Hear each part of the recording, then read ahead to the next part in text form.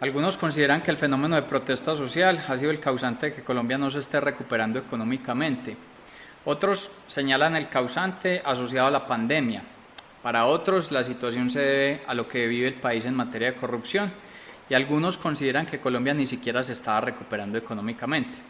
Y resulta que en medio de la situación de pandemia y apenas con un 5% de la población colombiana inmunizada, los indicadores de actividad en el primer trimestre del 2021 mostraron señales positivas.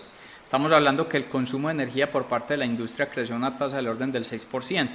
Los hogares aumentaron su nivel de gasto del orden de un 8%.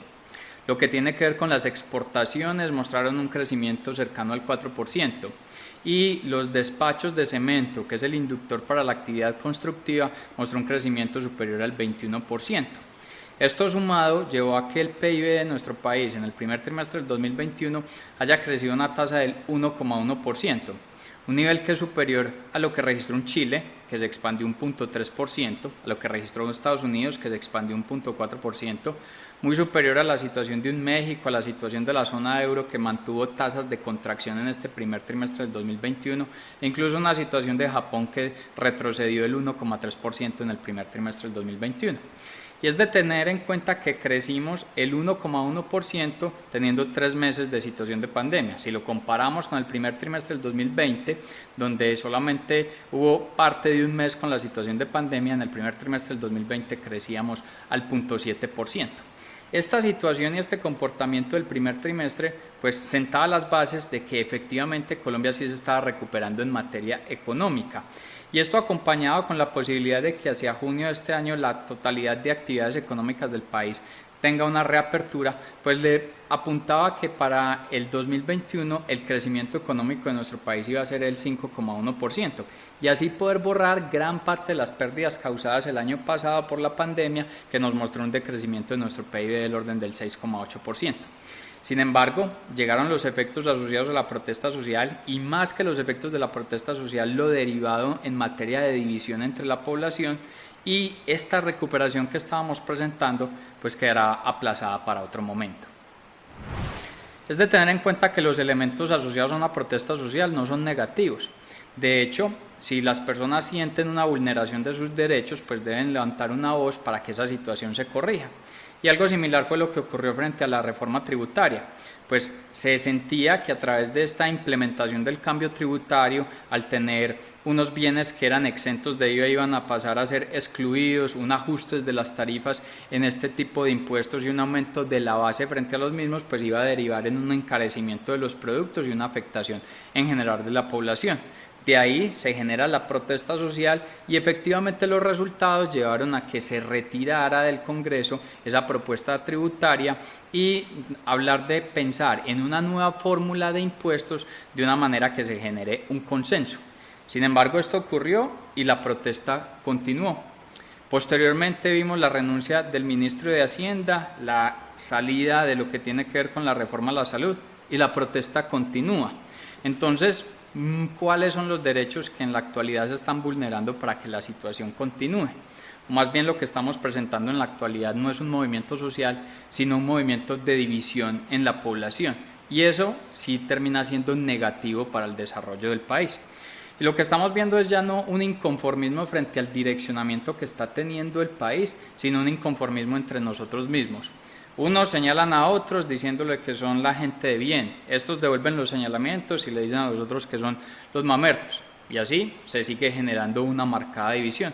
Y resulta que a todos nos termina afectando que al país le hayan bajado su grado de inversión, que las tasas de interés que le prestan al país vayan a incrementar de una manera considerable, que los 3,4 millones de empleos que se perdieron el año pasado posiblemente sigan estando en riesgo de no recuperarse, que las pérdidas económicas que se generaron el año pasado en los diferentes sectores, donde comercio perdió 23 billones de pesos, construcción 15 billones, la industria 8 billones de pesos, las minas y canteras 7 billones, el entretenimiento 3 billones de pesos y en la suma del global el país perdió económicamente 60 billones de pesos. Pues eso nos termina afectando a todos porque todos terminamos compartiendo el mismo territorio.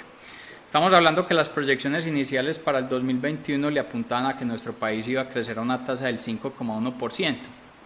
Con el primer mes que estamos presenciando de esta división social que está presentando el país, ya vamos a crecer a una tasa más o menos del 4,7%.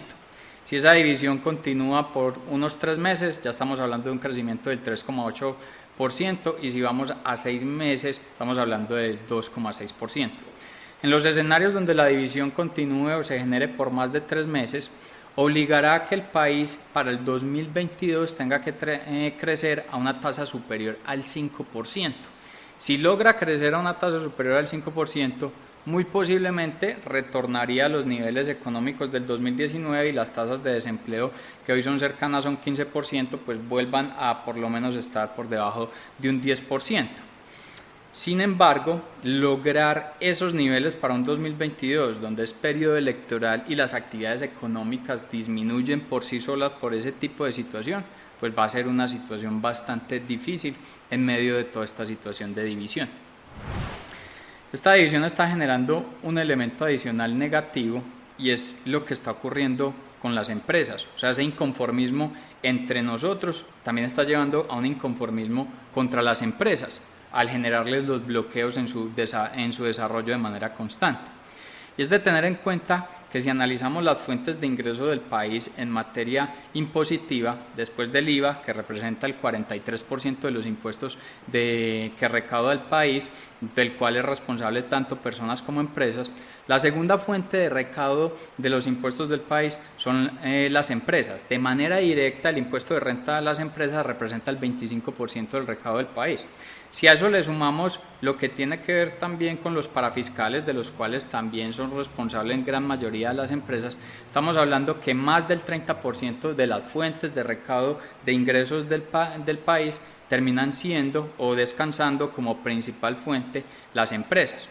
Y entonces la situación de bloqueos que se están presentando frente a las mismas está conllevando a que ellas no puedan aprovechar una mejor tasa de cambio en sus exportaciones. Los negocios que realizaban, pues ya se está generando un nivel de desconfianza por parte de esos actores frente a las empresas colombianas. La situación en Buenaventura está haciendo que las navieras ya no están llegando al puerto y no entregando el producto a las empresas. Y es de tener en cuenta que Colombia, la gran mayoría de sus materias primas las termina importando porque no las producimos. Entonces todo esto nos termina afectando a todos por igual. Nada raro sería que por la situación que están enfrentando las empresas de los niveles de bloqueos, pues tengan que solicitar una amnistía al gobierno, o que ellos mismos generen una especie de nueva protesta, la protesta social de las empresas, porque son ellas las responsables de una gran parte de la fuente de recaudos o de la financiación del país. Vienen el año pasado de operar a un nivel muy bajo por la pandemia y ahora las estamos bloqueando. Entonces, si las empresas terminaran solicitando una amnistía, ¿quiénes van a responder por esa fuente de ingresos que termina perdiendo el país? Son las personas que están generando el bloqueo.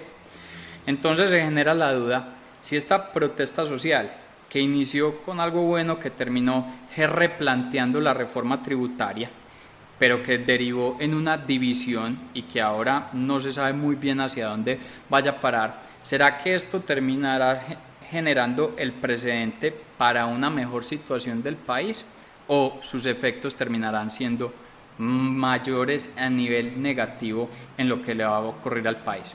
Resulta que al final, si seguimos pensando en un país entre buenos y malos y no un país de los colombianos, pues no vamos a poder tener una recuperación. Cuando logremos tener un país unido, pensando en un solo frente de desarrollo, ese será el momento del inicio de la recuperación de Colombia.